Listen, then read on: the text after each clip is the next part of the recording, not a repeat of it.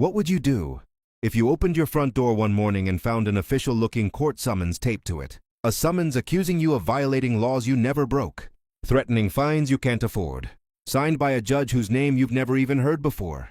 Because that's exactly what happened to me. And what I discovered next would eventually lead to my HOA president being arrested in open court. For privacy, I'll go by Daniel. I'm 34, married, no kids yet, just trying to live quietly with my wife in a modest townhouse community in suburban Arizona. We moved into our neighborhood 2 years ago because it was quiet, clean, safe. It had an HOA, but at first it didn't seem like a big deal. I thought wrong. Her name was Linda Crowley, late 50s, always wearing oversized sunglasses. Perfect blowout hairstyle. Clipboard permanently attached to her hand like it was surgically implanted. Linda was the HOA president, and she didn't just enforce rules. She hunted for violations like it was her full-time job. Trash cans out 5 minutes too long? Warning notice. Wind chime too loud? Complaint filed. Package on porch overnight? Photo taken. Report written. Email sent. People feared her. Grown adults in this neighborhood actually whispered when she walked by. It started small. One evening my wife parked slightly crooked in our assigned spot. Not blocking anything, not crossing lines, just slightly angled. Next morning, there was a neon orange warning slip on our windshield. Improper parking. Future violations subject to fine. My wife laughed at first. I didn't. Because I'd seen Linda standing across the lot, staring directly at our car while pretending to type on her phone. Watching, logging, recording. Over the next few months, we got notices for our welcome mat being unapproved color, our door wreath being seasonally inappropriate, our patio chair being visible through the railing, our Amazon packages sitting outside longer than 3 hours. It became exhausting, but we still tried to follow the rules. We really did. We wanted peace. Apparently that was too much to ask. One Thursday morning, I opened the door to leave for work, and there it was. A thick envelope taped to my front door. Official looking, heavy paper, black and white letterhead, gold embossed seal. At the top, Superior Court of Arizona. My stomach dropped instantly. I stood there on my porch, reading every word with my heart pounding. It claimed I'd committed multiple HOA violations. I was being formally sued. A court appearance was mandatory. Failure to appear could result in a default judgment. Potential wage garnishment. Legal fees exceeding $8,000.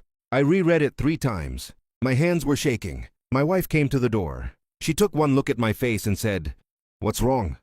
I handed her the paper. She read it, then looked up at me, eyes wide. "What the hell is this?" At the bottom was a signature.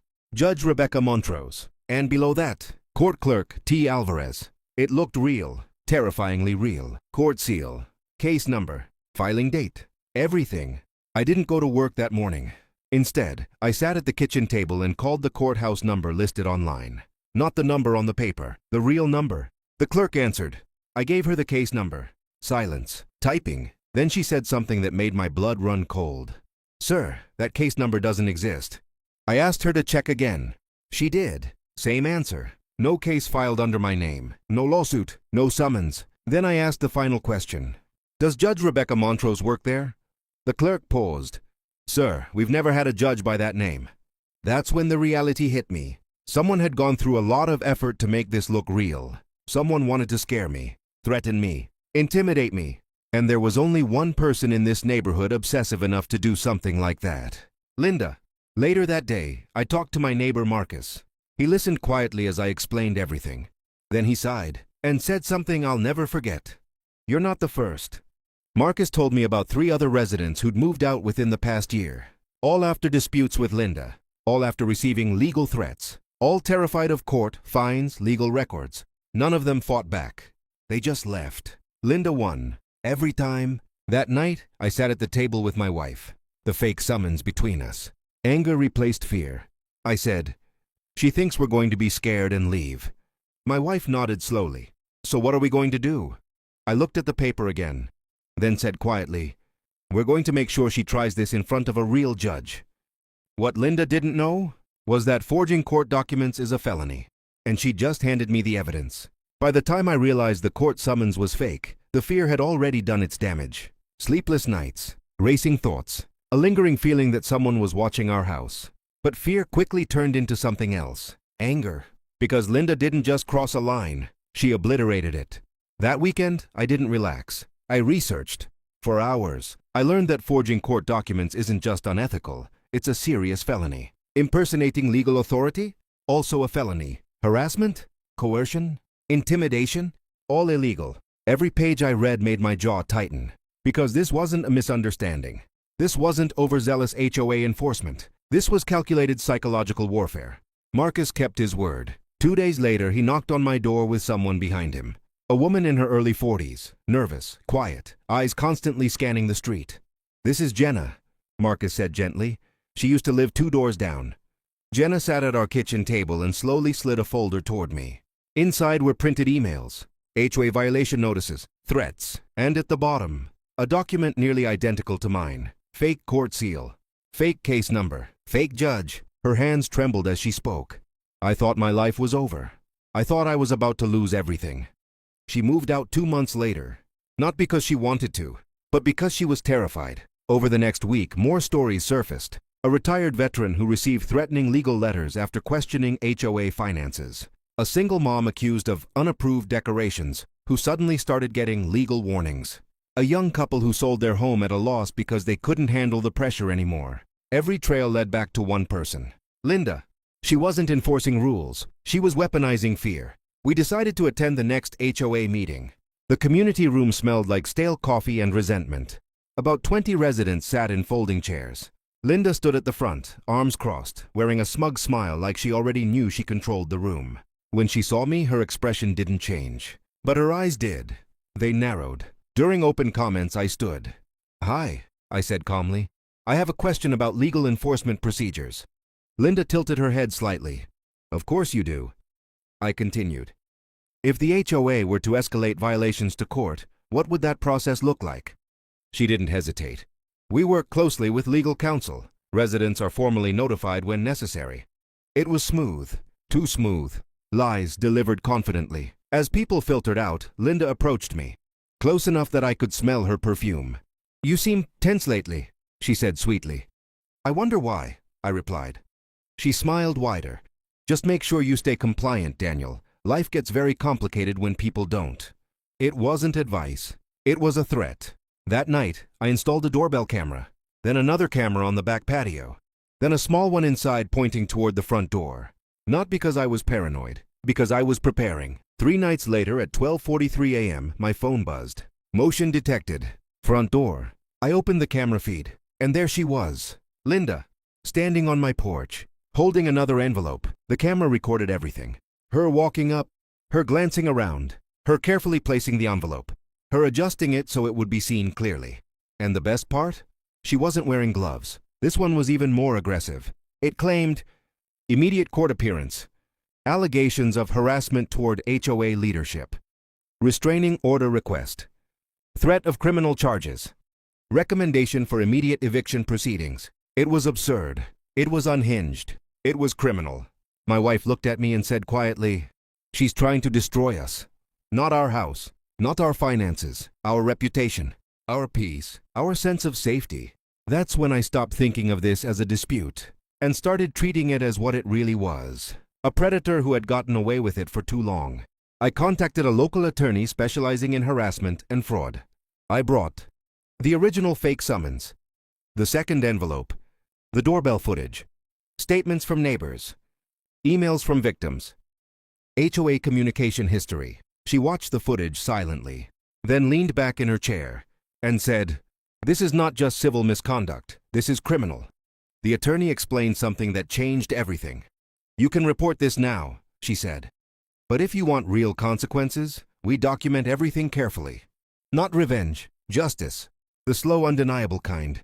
The kind that collapses on someone when they least expect it." Maybe she sensed we weren't afraid anymore, because she started escalating. Louder confrontations, more frequent violations, public comments at meetings implying we were problem residents. She wanted to provoke us. She wanted us emotional, sloppy, reactive. We stayed calm and documented everything. 2 weeks later, the boldest move yet. She didn't just tape it to the door. She handed it to me directly, in front of other residents. "This is your final warning," she said loudly. People stared. Phones came out. Whispers spread. I took the envelope slowly, looked her in the eye, and said calmly, Thank you. She smiled like she'd already won. She had no idea she'd just handed me the piece we needed.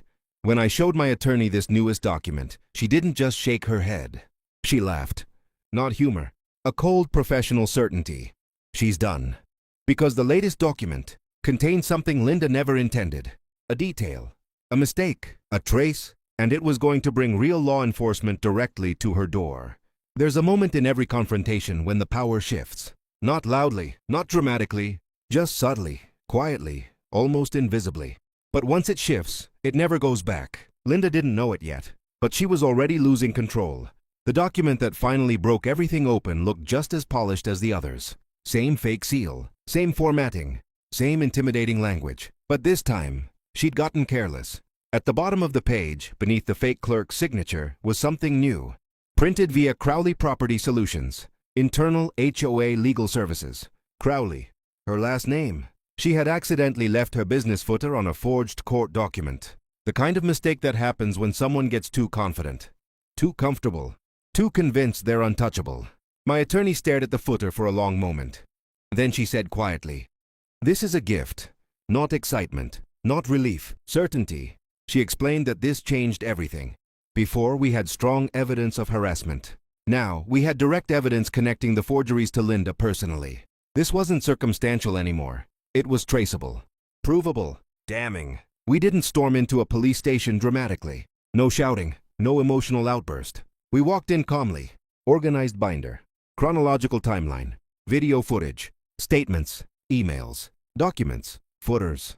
The detective assigned to our case didn't speak much at first. Just flipped through pages slowly.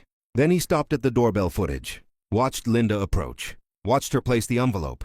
Watched her adjust it. He rewound it. Watched it again.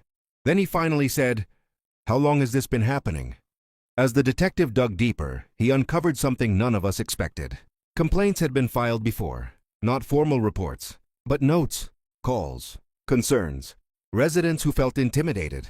People who suspected fraud. Former tenants who described legal threats that felt off. But no one had ever brought evidence like this before. Linda had survived because her victims had left quietly. Until now, word started spreading. Not officially, but socially. Board members started asking questions. Residents started comparing notes. Stories began connecting. At the next HOA meeting, something felt different. Linda stood at the front like always, but her confidence looked thinner, forced. When she asked for reports, 2 board members hesitated. When she proposed new fines, someone actually said, "Maybe we should slow down on enforcement until some concerns are addressed." Linda's head snapped toward them. The room went silent. A man named Robert stood up. He'd lived there longer than anyone. Quiet, respectful, veteran. "I'd like transparency," he said calmly. "About legal processes, about communication, about threats being made." Linda forced a smile. "No threats are being made." Robert didn't argue, didn't raise his voice. He just said, "Then you won't mind if those communications are reviewed." You could feel it. Something shifting. After that meeting, she changed tactics. She didn't confront me anymore. She watched. From her porch, from her car, from across the lot. It wasn't subtle. It wasn't intimidation anymore. It was anxiety, paranoia, a person who knows something is closing in but doesn't know how close. One evening, I received an email from an address I didn't recognize. No name, no greeting, just one sentence. "You need to drop this before you ruin things you can't fix." No signature, but I knew. When I showed my attorney the email, she didn't flinch. She just added it to the file. "This is intimidation," she said. "And she's getting sloppy again." Then she said something that stuck with me. "People like this don't stop when they're caught. They escalate when they're afraid." That's when I realized we weren't near the end yet. We were nearing the most dangerous part. What Linda didn't know was that law enforcement had already started moving quietly. They weren't knocking on doors. They weren't making announcements. They were collecting printer records, HOA email logs, metadata, timestamps, IP addresses. The digital trail doesn't lie. And Linda had left fingerprints everywhere. One of the board members reached out to me privately. Her voice shook when we spoke. "She's been drafting these documents for months," she admitted. She said they were templates. She said she had legal training. She didn't. She had control. And everyone had been too afraid to challenge it. Until now. At the next HOA meeting, she lost control for the first time. Someone asked about legal authority again. Her response snapped. You people should be grateful someone is keeping this community in order. It wasn't leadership. It was resentment. And people heard it, saw it, felt it. The illusion was cracking. 2 days later I got the call. The detective's voice was calm, measured, professional. We have enough to move forward. My stomach dropped. Not fear, weight, gravity. He continued. We're coordinating with the district attorney's office. This was no longer a neighborhood issue. This was a criminal case. The detective asked one thing from us. Continue behaving normally, he said. Let her think she's still in control. Because sometimes, the best way to reveal the truth about someone is to give them enough rope. Linda still thought this was a power struggle, a disagreement, a personality clash. She had no idea that law enforcement was already building a case around her. No idea the HOA board was fracturing behind her back. No idea her every move was now being documented. And she definitely didn't know that the next HOA meeting would be her last one as a free woman. Have you ever watched someone walk confidently toward a cliff because they don't realize the ground beneath them is already gone? That's what it was like watching Linda during those final days. Still smiling, still posturing, still convinced she was the one in control, completely unaware that everything she'd built her power on was about to collapse in front of everyone. A notice went out to all residents. Emergency HOA meeting, attendance strongly encouraged. That alone caused panic. Rumors flew. Group chats exploded. People whispered in driveways and hallways. No one knew the full story, but everyone could feel something big was coming. Linda signed the notice, still trying to control the narrative. Still pretending.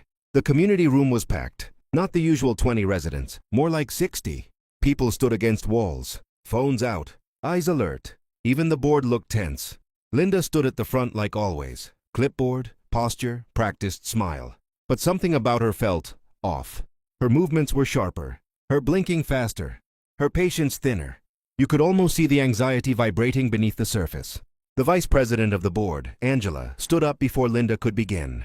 That had never happened before. Angela's voice shook, but she didn't sit back down. Before we begin, she said, there are concerns that must be addressed. The room went silent. Linda froze for half a second too long. Angela continued. Several residents have raised serious concerns regarding legal intimidation tactics used by the HOA leadership. Murmurs spread instantly. Linda's smile didn't move, but her eyes hardened. Angela pressed on, including documents presented as official court paperwork. You could feel the air change. People leaned forward. Phones lifted higher. Someone whispered my name. Linda's voice cut in sharply. This is inappropriate for a public meeting. Angela didn't back down. So is what's been happening. Linda stepped forward, voice rising. I have dedicated years of my life to protecting this community from people who don't respect rules. A man interrupted her. By committing crimes? Gasps. Actual, audible gasps. Linda's face twitched, just for a second. But everyone saw it. Angela held up a document. Not mine, Jenna's. Then another. Then another. Each one slightly different, but clearly connected. Fake seals, fake signatures. Same formatting, same language. These were all delivered by the same person, Angela said. Our HOA president. The room exploded. People talking, shouting, arguing, confusion, anger. Linda's voice cut through it all. This is a coordinated attack against me. But it didn't land anymore, because now, people were comparing notes. One by one, residents stood up. A single mom who'd been threatened. A retired couple who'd been pressured. A young renter who'd been publicly humiliated. A homeowner who'd quietly paid fines out of fear. Each story layered onto the next. Like bricks, like weight, like truth. Linda tried to interrupt, tried to control, tried to steer. But her voice was being drowned out by something stronger. Collective realization. Then she did the one thing she should never have done. She snapped. She pointed at me across the room. This is his fault. All eyes turned. He's manipulating you people. He's been undermining this board since day one. Not professionalism, not leadership. Paranoia, desperation, exposure. And without realizing it, she had just publicly acknowledged that she knew exactly who had been targeted. She never noticed him. Most people didn't. A man standing quietly near the back wall, arms folded, no badge visible, no attention drawn, just observing, recording, waiting. Linda's meltdown was being documented in real time. Angela raised her voice above the chaos. This board can no longer operate under this leadership. Then she did something no one expected. She called for an immediate vote. Right there, in front of everyone. Motion. Temporary suspension of Linda's authority pending investigation. Hands went up, one by one. Board members, residents, even people who had been too afraid to speak before. Linda stood frozen, watching her control disappear. I'll never forget it. Not anger, not rage, fear. Real fear. The kind that hits when someone realizes they're no longer the one in charge of the narrative. The kind that hits when someone realizes consequences are real. People gathered in groups afterward, talking, comparing, processing. Linda didn't stay long. She left quickly, head down, shoulders tight, walking fast. Not like a leader, like someone trying to escape. Later that evening, the detective called me. She made several statements tonight that will help the case significantly. Then he paused. And based on what happened, the district attorney wants to move faster. My heart pounded. Faster how? His answer was simple. We're setting a court date. Not a fake summons, a real one. Linda would be formally summoned. Real case number. Real judge. Real courtroom. Not as HOA president, but as defendant. The power dynamic had fully flipped now. She wasn't watching us anymore. We were watching the system move around her. Slow, precise, unavoidable. Linda had spent months pretending to be the law, pretending to be untouchable, pretending to control the system. Now she was about to stand in front of a real judge, with real charges and real consequences. And what happened in that courtroom? No one was prepared for. There's something surreal about walking into a courtroom when you've never been in one before. The wood paneling, the silence, the weight of it. This wasn't a neighborhood meeting. This wasn't HOA drama. This was real. And for the first time in months, Linda wasn't the one in control. The courtroom was smaller than I expected, but heavier than I imagined. Benches filled with residents. Jenna was there. Marcus, Angela, Robert, people who had been silent for years. All here now. Linda sat at the defense table with a public defender beside her. No clipboard, no sunglasses, no power posture, just stiff shoulders, clenched jaw, eyes that wouldn't stop scanning the room, looking for control, finding none. The courtroom rose. All rise for the Honorable Judge Elena Ramirez. Not Montrose, not fake, not invented. Real robe, real authority, real presence. Judge Ramirez sat calmly, scanning the room once before speaking. You may be seated. Her voice wasn't loud, but it didn't need to be. Silence followed immediately. The prosecutor stood, calm, prepared, precise. Your Honor, this case involves multiple counts of criminal impersonation, forgery of official documents, harassment, and intimidation, all allegedly committed by the defendant, Linda Crowley. No drama, just facts. Linda's jaw tightened visibly. The prosecutor displayed the first document on screen. The fake summons. Then the second. Then the third. Then Jenna's. Then Marcus's neighbor. Then the veterans. A pattern so clear it felt almost overwhelming. The judge leaned forward slightly. Not in curiosity, in focus. Then came the doorbell footage. Linda on screen, walking onto my porch, placing the envelope, adjusting it, glancing around. No commentary, no interpretation, just raw reality. You could hear someone behind me whisper, "Oh my God." The judge didn't react emotionally, but she didn't need to. She saw everything. Next came the technical evidence. IP addresses matching Linda's home. Printer metadata matching her device. Document templates stored on her personal computer. The infamous footer. Crowley Property Solutions. Internal HOA Legal Services. The prosecutor paused. A mistake the defendant made when copying one of her previous business templates. Linda stared at the table. She didn't look at anyone anymore. Her attorney requested that Linda be allowed to address the court. Judge Ramirez nodded. Linda stood slowly. Her voice was not the confident voice residents knew. It was shaky, thinner, strained. "I was only trying to protect the community," she said. "People wouldn't listen. No one took the rules seriously." Her voice cracked.